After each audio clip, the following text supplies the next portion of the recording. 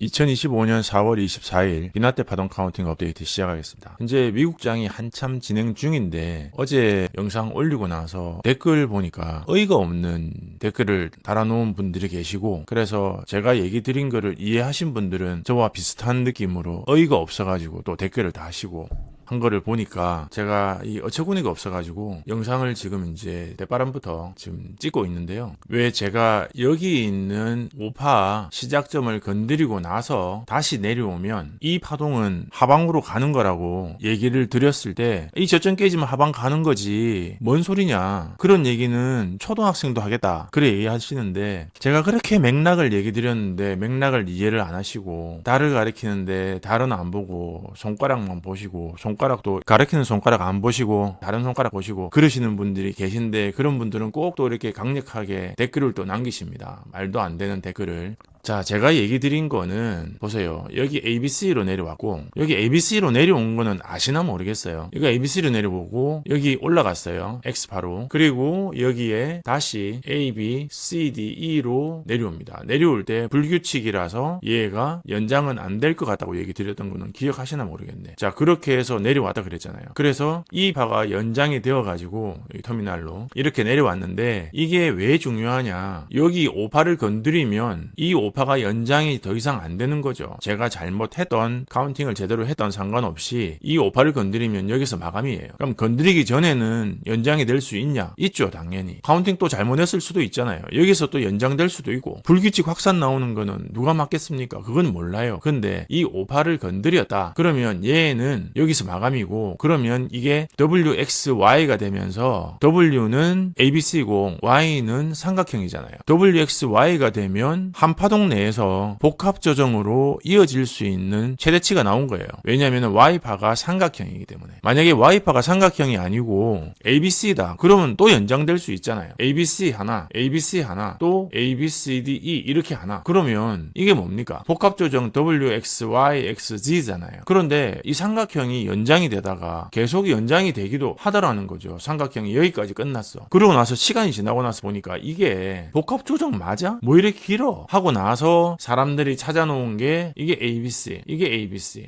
그랬더니 이게 A, B, C, D, E인 줄 알았는데 여기 만났으니까 알고 봤더니 1, 2, 3, 4, 5더라. 그게 뭐냐? 터미널인 거예요. 근데 이런 얘기를 책을 한 번도 본 적도 없고, 엘리어트 파동은 그냥 메인 지표로 보는 거는 좀 편한 거, MACD나 스토캐스틱이나 뭐 RSI나 뭐 이동평균선 이런 거 가지고 차트를 읽는 거를 하면서 엘리어트 파동을 보조지표로 쓰려고 하는 사람들이 많이 생각하게 되는 거죠. 뭐 엘리어트 파동 별거 없네. 제가 엘리어트 파동을 처음 본 게 1995년인데 보조지표 앞만 찾아도 엘리어트 파동이 설명을 하지 않으면 설명할 수 없는 부분들이 있어서 엘리어트 파동을 메인 지표로 보고 보조지표로 다른 지표를 보고 있어요. RSI가 앞만 상승 다이버전스가 떠도, 히든 상다가 떠도 파동상으로 하락이면 그거는 하락입니다. RSI 할배가 와도 내려가는 놈은 내려가는 거예요. 자, 그게 무슨 얘기냐, 이 파동이 마감이 되었어요. WXY로 마감이 되었는데 또 내려와서 얘가 이걸 마감하고 나서 ABC가 내려온다 그러면 빨리 보따리 사야 되는 겁니다. 지금 여기를 본 거는 얘는 WXY로 삼각형의 D바 델타라고 본 거죠. 그랬는데 만약에 얘가 내려와가지고 이 저점을 깨고 내려오잖아요. 그러면 삼각형 델타가 아니에요. 한파동이 될 수 없거든요. 이게 여기까지 한파동이 될 수 없어. WXY로 될 수 있는 거는 끝이야. 삼각형이 나오면 복합조정 연장이 안 돼. 그러면 이 파동은 나눠줘야 되는 거예요. 여기까지가 A파, B파, 그 다음에 여기 삼각형에 ABC 내려오는 게 C파 하고 나서 올라와서 A파 만난다 그러죠. 만약에 그래 되면. 그러면 이제 하락으로 파동이 시작된 거예요. 이게 더 이상은 D파가 아니라는 증거가 되기 때문에 얘를 건드리면 하락으로 자리를 잡았다고 얘기를 할 수 있다는 겁니다. 근데 파동 카운팅 안 하면 그거 알 수 있는 거 아니냐? 몰라요. 얘가 여기서 저점을 깨고 내려왔을 때 어떻게 내려왔는지에 따라 다른 거거든요. 저점 누르고 확인하고 올라가면 바닥 다진 건지 모르는 거죠. 그런데 제가 단서를 달았잖아요. 여기에 5파 시작점을 건드리면 얘는 마감이 확정이 되는 거니까 여기서 마감하고 난 다음에 올라갔다가 위에서 파동이 내려와서 이 저점을 깨면 도망쳐야 된다니까요. 그거는 하락으로 자리를 잡은 거라는 거죠. 삼각형이 확정이 됐으니까. 이 5파 시작점 건드리기 전에는 확정 아니에요. 그러면 반대로 베어 에어 세력이 여기를 건드렸다가 확정시켜 놓고 미친 듯이 쏟아 부으면 이제 파동 무너지는 겁니다. 그래서 일반적으로 보니까 여기 5파 시작점을 건드리기 전에 힘을 모아서 치고 올리더라. 건드렸다가 밀리는 그런 리스크는 테이크를 안 하더라. 그 경험치를 얘기 드린 거예요. 그런데 이 WXY가 나왔는데 Y파가 삼각형인 경우에 그 의미가 뭔지 이해를 못 하시는 분들은 이거 맥락을 짚으라고 그렇게 얘기를 드리는데 맥락은 모르겠고 보조지표가 얘기하는 게 그게 아닌데 그런 걸 얘기를 하냐. 얘 건드리고 나서 다시 얘를 건드리면 엘리어트 파동상으로는 끝난 거다. 그 얘기를 드린 거예요. 근데 이제 말귀를 알아들으시는 분들은 아 그거구나. 내려오면 안 되는 거구나. 근데 말귀를 못 알아듣는 사람들은 뭐라고 여기까지 다시 내려간다고? 그게 무슨 소리냐고. 이거까지 다시 내려가면 말이 안 되지. 지금 위로 올라가는 파동을 얘기하고 있는 이 상황에서 뭔 여기 지금 저점 깨는 얘기를 하고 앉아있냐 라고 생각을 하셨을 거예요. 그런데 보조지표는 보조지표예요.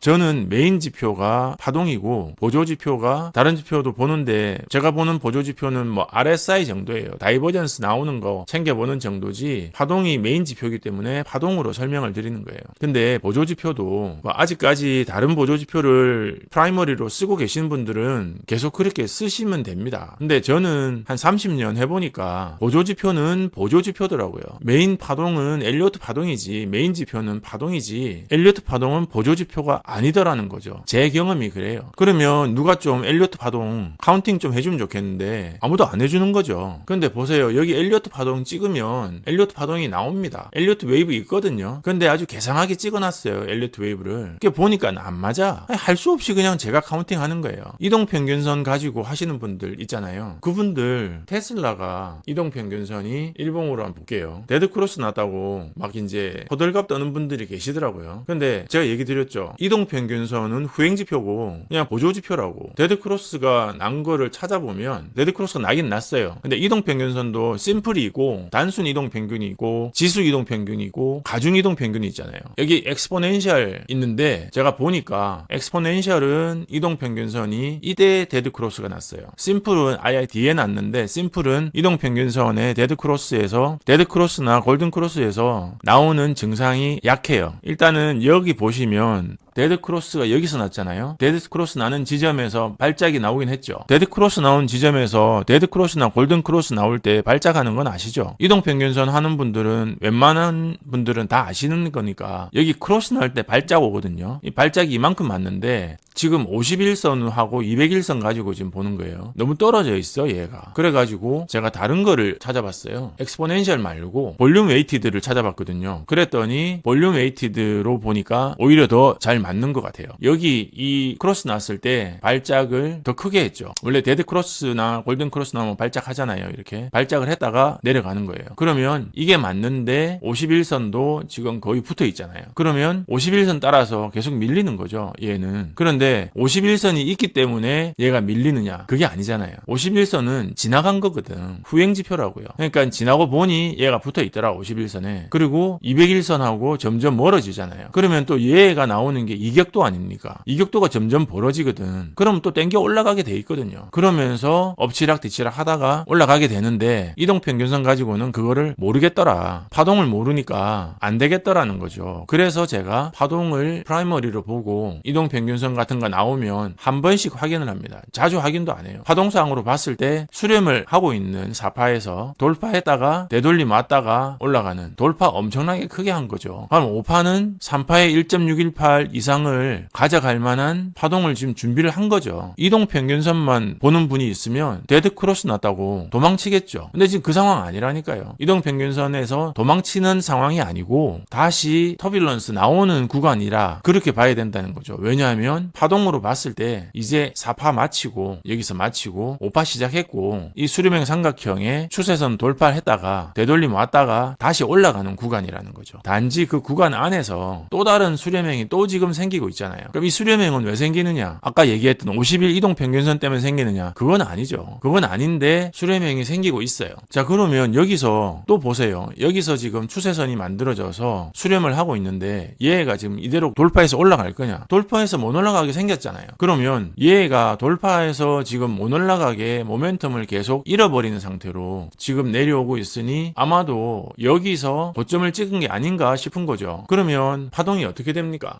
자, 보세요. 파동이 여기 ABC 만들었는데 1대1 만들었잖아요. 그러면 터미널 리스크가 있었다니까요. 그런데 여기서 밀어 올려가지고 터미널 리스크를 없애려고 하고 있는 중입니다. 그냥 전고점 돌파해서 뉴 하이를 만들었냐 안 만들었냐 그게 중요한 게 아니고 파동상 어떤 의미가 있는지 챙겨보시라는 거죠.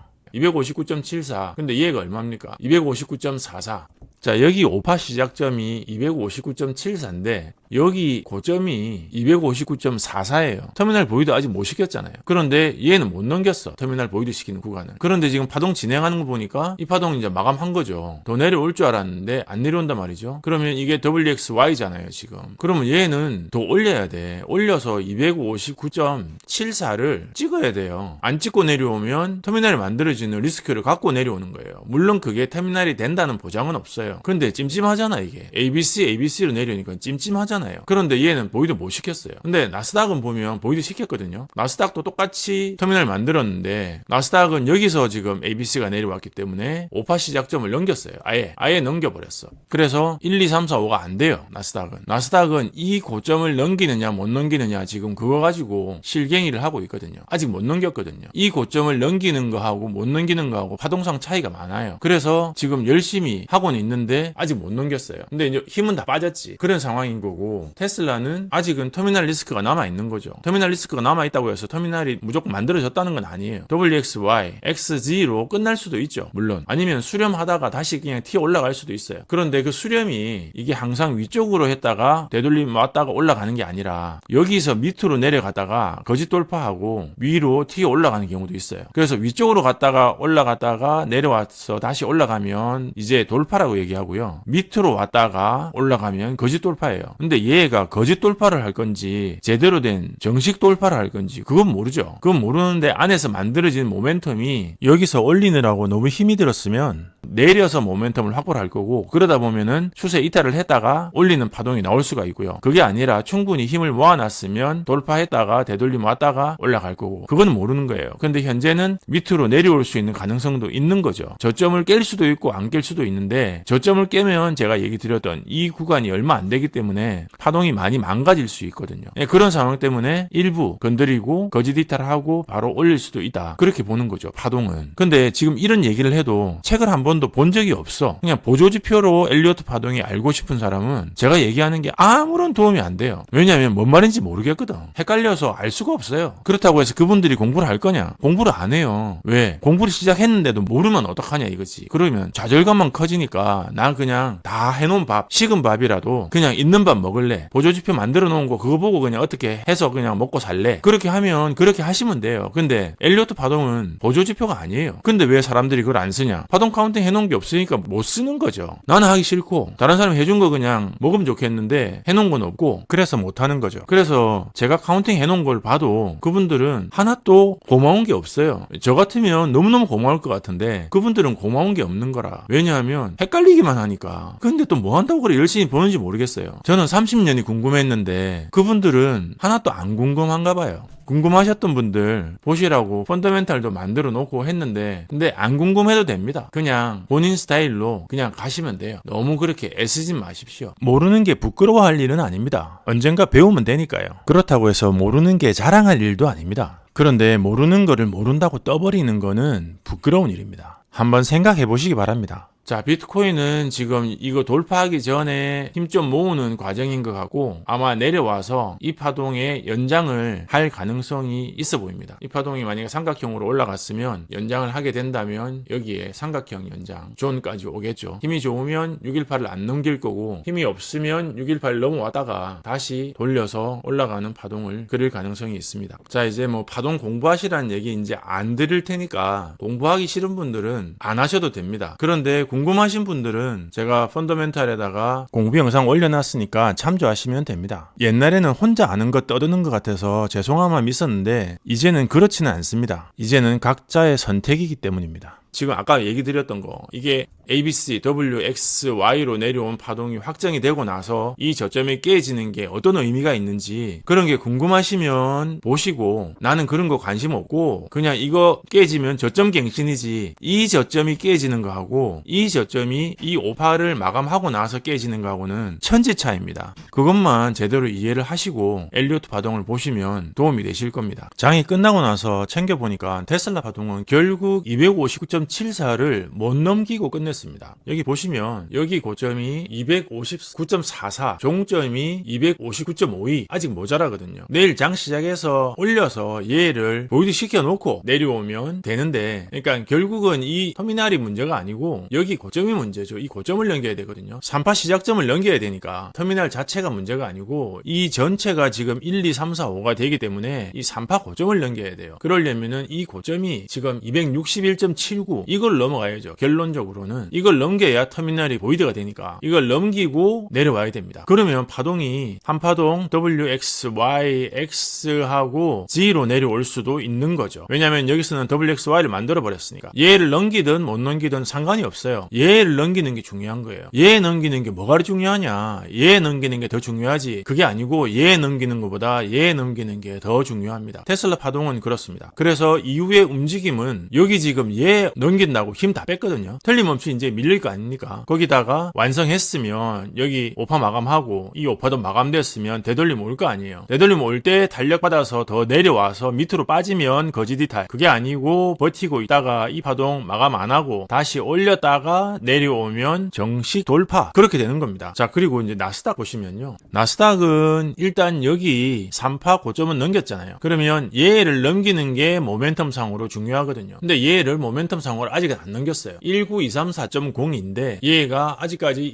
19224.80, 한 10달러 정도 차이밖에 안 났는데 못 넘겼어요. 만약에 얘가 이제 못 넘기고 그냥 내려오는 경우하고 넘겼다가 내려오는 경우하고 차이가 크죠. 이 파동이 여기서 마감되었을 수도 있고 마감이 안 되고 여기서 마감될 수도 있거든요. 어찌되었건 이 파동은 WXY로 여기서 마감을 했을 수도 있습니다. 그런데 그렇게 했을 때 생기는 모멘텀하고 이 파동이 여기서 마감되고 또 이 파동이 ABC로 여기서 마감되었을 때 생기는 모멘텀은 너무 달라요. 자, 그러면 이 파동이 WXY, XZ로 내려오거나 아니면 ABCDE로 내려오면 되는데 ABCDE로 안 내려오겠죠. 많이 내려오면 여기가 지금 삼각형의 E파가 완성된 상태이기 때문에 A파 연장을 하고 A, B 또는 A, B 하고 내려오는 파동이 되기 때문에 어떻게 내려올지 모릅니다. 이 파동이 여기서 마감되었고 이 파동이 불규칙으로 내려올 수도 있어요. 올라가다가 W, X, Y, XZ로 내려올 수도 있는 거죠. 그러면 현재 내려오는 파동이 이 바닥에 대한 저점 확인은 해줘야 되거든요. 갱신을 안 하더라도 저점 확인은 해줘야 돼요. 근데 그 과정이 있을 거라는 거죠. 자, 그러면 현재 지금 트럼프 할배가 진행하고 있는 정책이 바이든이 진행하던 정책하고는 많이 다르죠. 어차피 정책은 인플레이션을 잡아야 되고 인플레이션을 잡으면 의도된 리세션이 나오는데 인플레이션을 못 잡으면 스태그플레이션으로 가는 거예요. 그러면 지금 트럼프가 하고 있는 정책을 보시면 인플레이션을 일으키는 요소가 몇 개입니까? 3개잖아요. 임금 인플레이션, 수요 인플레이션, 공급 인플레이션, 이렇게 3가지인데 임금 인플레이션은 어차피 잡을 생각이 없어요. 그런데 지금 미국 시장의 임금 상황이 임금 인플레이션이 나는 상황은 아니에요. 근데 바이든은 이민자를 통해서, 불법 이민자를 통해서라도 임금 인플레이션을 잡으려고 했죠. 단기 국채 발행을 통해서 재정 지출을 늘려서 인플레이션이 일어날 수밖에 없는 정책을 썼거든요. 그런데 트럼프는 국경을 막았잖아요. 그러면 임금 인플레이션이 나올 요지가 있어요. 근데 현재 미국의 디맨드 상황, 시장 상황을 보면 임금 인플레이션이 나올 상황이 아니에요. 거기다가 AI 투자해가지고 점점 AI의 발전에 따라서 임금 인플레이션이 나올 수 있는 상황이 반대로 있어요. 그러면 임금 인플레이션은 점점 하이테크가, AI가 발전하면서 줄어들 거다. 그 다음에 수요 인플레이션은 현재 그걸 논할 정도의 국내 소비 상태는 아니다. 그러면 공급 인플레이션에 영향을 주는 원자재, 그 다음에 물류, 이런 거를 챙겨야 된다 해가지고 후티 반군 지금 막 공격하고 중동에서 난리 났잖아요. 그거 왜 그러 그러겠어요. 석유값 올리면 죽는다. 러시아 너 것도 똑같아. 이렇게 메시지를 보내고 있거든요. 그게 만약에 실패한다. 그러면 스태그플레이션 걱정해야죠. 그 다음에 물류 쪽에서 파나마 운하 예전에 한번 딱 막혔더니 난리 났잖아요. 그래서 파나마 운하를 블랙락한테 너가 사라. 그래서 자아들 장난 못 치게 열어놔라. 해놓은 게 파나마 운하 끝단에 있는 두 군데 부두 운영 시설을 블랙락이 사버렸잖아요. 지분을. 그래서 물류 인플레이션 오는 거 공급망 인플레이션 때문에 생길 수 있는 요소를 일단 차단을 해놨거든요. 트럼프는 인플레이션을 막으면 돼요. 그리고 디플레이션까지는 아니더라도 리세션, 어떤 형태의 리세션이든 리세션이 오면 돼요. 그래서 달러화가 떨어지면 돼요. 지금 달러화는 떨어지고 있고 거기다가 달러화가 더 떨어지려면 금리를 낮추면 되거든요. 근데 파월이 안 낮추는 거지. 그런데 파월까지 잘라가면서까지 그렇게 시장을 흔들고 싶진 않아. 근데 금리를 낮추겠다는 메시지는 명확하게 주잖아요. 트럼프는 막 흔드는 것 같아도 메시지는 너무 정확하거든요. 근데 메시지가 흔들리면 안 돼요. 그건 흔들리는 게 아니라 원하는 대로 가지 않는 거거든요. 그때는 방향을 바꿔야죠. 그러면 현재 지금 이 파동이 끝났냐? 아직 안 끝난 것 같다는 거죠. 하지만 안 끝났지만 미국이 이제 망조가 들었냐? 트럼프의 메시지를 보면 망조 든 게 아니에요. 거기다가 없던 전략까지 있어요. US 스테이블 코인까지 지금 뒤쪽에 전략으로 지금 가지고 있어요. 근데 그게 지금 전면으로 나올 시기는 아닌 거지. 그런데 만약에 중국에서 비트코인을 다시 소유하고 마이닝하는 거를 푼다. 그러면 미국에서 또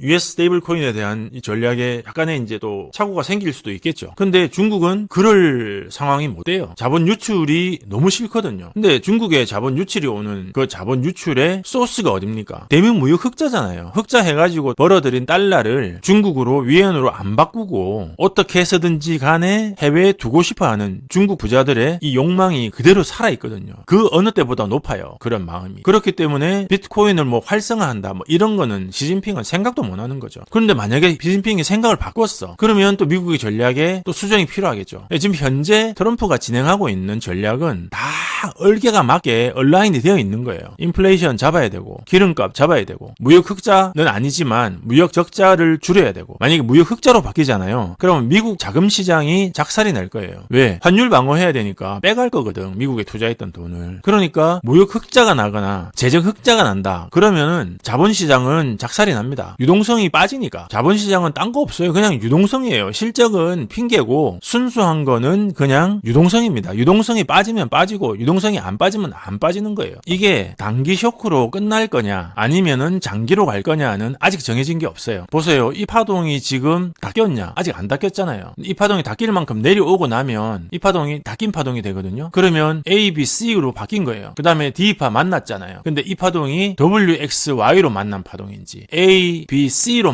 했다가 얘를 만난 파동인지 모르잖아요. 만약에 얘를 만난 파동이면 여기 A, B, C로 해서 만난 파동이 되면은 한참 더 내려오겠죠. 그러면 이제 파동 한참 망가집니다. 그러면 이 근처에서 막아야 돼요. 이 파동 살려놔야 되거든요. 그러면 이 파동 살리기 위해서 죽을 힘을 다할 거예요. 아마 무역수지 적자 규모를 줄이는 방향으로 가되 지금 상황에서 흑자가 나겠습니까? 흑자는 안 나지. 근데 국채는 팔아야 되는데 리파이낸싱은 해야 되는데 이것들이 안 살려고 하잖아요. 그러면 다른 걸로 협박을 해야죠. 그렇게 협박할 때 관세보다 좋은 건 없거든요. 전에도 말씀드렸는데 관세는 풀면 그만이에요. 자, 그렇게 해서 다른 준비를 하고 있는 US 스테이블 코인, 비트코인 관련된 거 진행하고 있는 거 진행을 할 거고 그 다음에 환율, 달러 약세를 유도할 거고 거기다가 금리 인하까지 하면 좋은데 파월 하는 거 보니까 바로 안 할 것 같으니까 기다리겠죠. 그리고 이제 그런 신호가 나오면 장은 좀 더 빠지겠죠. 리세션 신호가 나오면 뭐 대공황이네 뭐네 하면서 막 신호가 나올 겁니다. 그러면 파월은 또 늦었나? 그때가 맞았나? 하면서 금리를 낮추겠죠. 금리 낮춘다 그러면 그때 올라갈 건데 그때까지 여기 있는 오파가 살아있는 상태에서 올리면 미국은 가망성이 있고 그거 없이 얘를 뭉개버리면 파동상으로 모멘텀이 큰 게 하나 날아가는 거거든요. 어떻게 될지 아직 모르는 구간이에요. 파동상으로 그게 어떤 의미가 있는지를 맥락을 잡으시면 맥락을 모르겠으면 책 좀 보시고 공부하시고 그게 싫으면 할 수 없고요. 자, 그래서 여기 저점을 어떻게 낮춰가는가가 굉장히 중요합니다. 그런데 그 저점에 관련된 신호들이 언제 움직이는가 하면 아까 얘기 드렸던 지금 트럼프가 맡고 있는 인플레이션 요소들이 문제가 생겼을 때 지정학적인 요소 뭐 히토류 가지고 뭐 얘기하니까 그린랜드 가지고 트럼프는 중국에서 히토류 수출 금지 한 거에 대한 대비를 일단은 나름대로 준비를 다 한 거예요. 그런데 원한대로 진행이 다 안 된다. 그러면 그때부터 삐걱대면서 내려오겠죠. 이게 어떤 뉴스가 나왔을 때 시장에서 그 반응을 왜 보이는지를 맥락을 잡으시면 보면 알 수가 있는데 그게 그럼에도 불구하고 쑥 떨어지느냐, 그러니까 팔자는 세력이 더 많아서 그 뉴스가 나왔을 때 푹 떨어지느냐, 그게 아니고 유동성이 아직까지는 안전한 상태이기 때문에 조금씩 떨어지느냐, 그 차이입니다. 그거를 파동으로 보고 판단을 하는 거예요. 유동성에는 문제가 없네, 아니면 야 이것들이 팔려고 그냥 작정을 했구나, 여기까지 왔다가 올라갔다가 내려오는 게 이렇게 내려온다,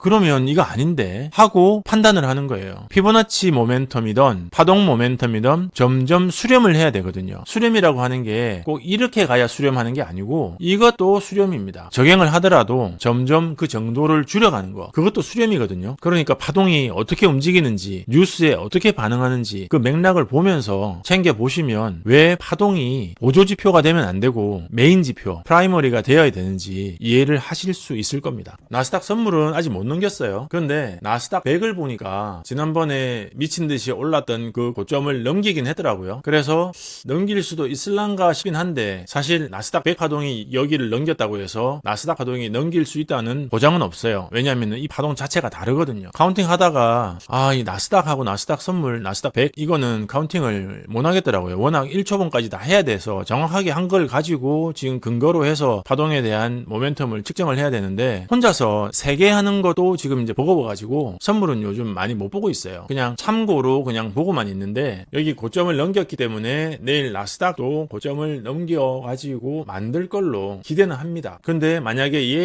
얘를 못 넘기면, 내일 장 열리고 나서 못 넘기면 하방 압력이 꽤 클 거고, 그렇게 내려오는 파동이 전고점을 테스트할 가능성이 크죠. 반드시 전고점을 깰 거다 그게 아니고 전고점을 테스트하러 내려오는데 뉴로를 만들 건지 못 만들 건지는 모르는데 뉴로를 테스트할 만큼 깊이 내려올 가능성은 큽니다. 그런데 나스닥은 터미널 만들 가능성이 없는 상태인데 아직 테슬라는 그런 가능성이 있기 때문에 좀 느낌이 안 좋다. 그래서 내일 내려올 때 오더라도 여기 고점 넘기고 261.79 이 고점을 넘기고 오면 좋겠다, 그런 바람을 가지고 있습니다. 어떤 분은 저의 그 희망사항을 이 파동 카운팅에 투영하지 말라고 얘기하는데, 투자 자산에 테슬라가 거의 지금 90% 가까이 되기 때문에 희망사항을 투영하지 않을 수가 없습니다. 그거는 제가 희망사항을 투영하지 않는 것보다 그냥 알아서 가려서 들으시는 게 더 낫지 않을까 싶은 생각이 듭니다. 네, 오늘 비나테 파동 카운팅 업데이트는 여기까지 하겠습니다. 고맙습니다. 여기서부터는 펀더멘탈 강의 안내 영상입니다.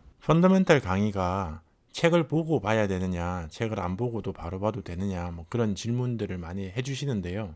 제가 알고 있는 몇몇 분은 책과 펀더멘탈을 동시에 시작하신 분들이 꽤 계십니다. 그런데 지금 5초봉 카운팅 하시고 파동 카운팅을 5연장 터미널 그 컨셉을 다 이해를 하고 계신 분들이 많이 계시기 때문에 펀더멘탈 강의를 보실 때 책을 보시고 보시면 더 좋지만, 그렇지 않더라도 생각보다 쉽게 이해를 하시는 분들이 많으시니까 너무 망설이지 마시고 궁금한 게 있으시면 시간을 내서 시작을 해보시라고 권해드립니다.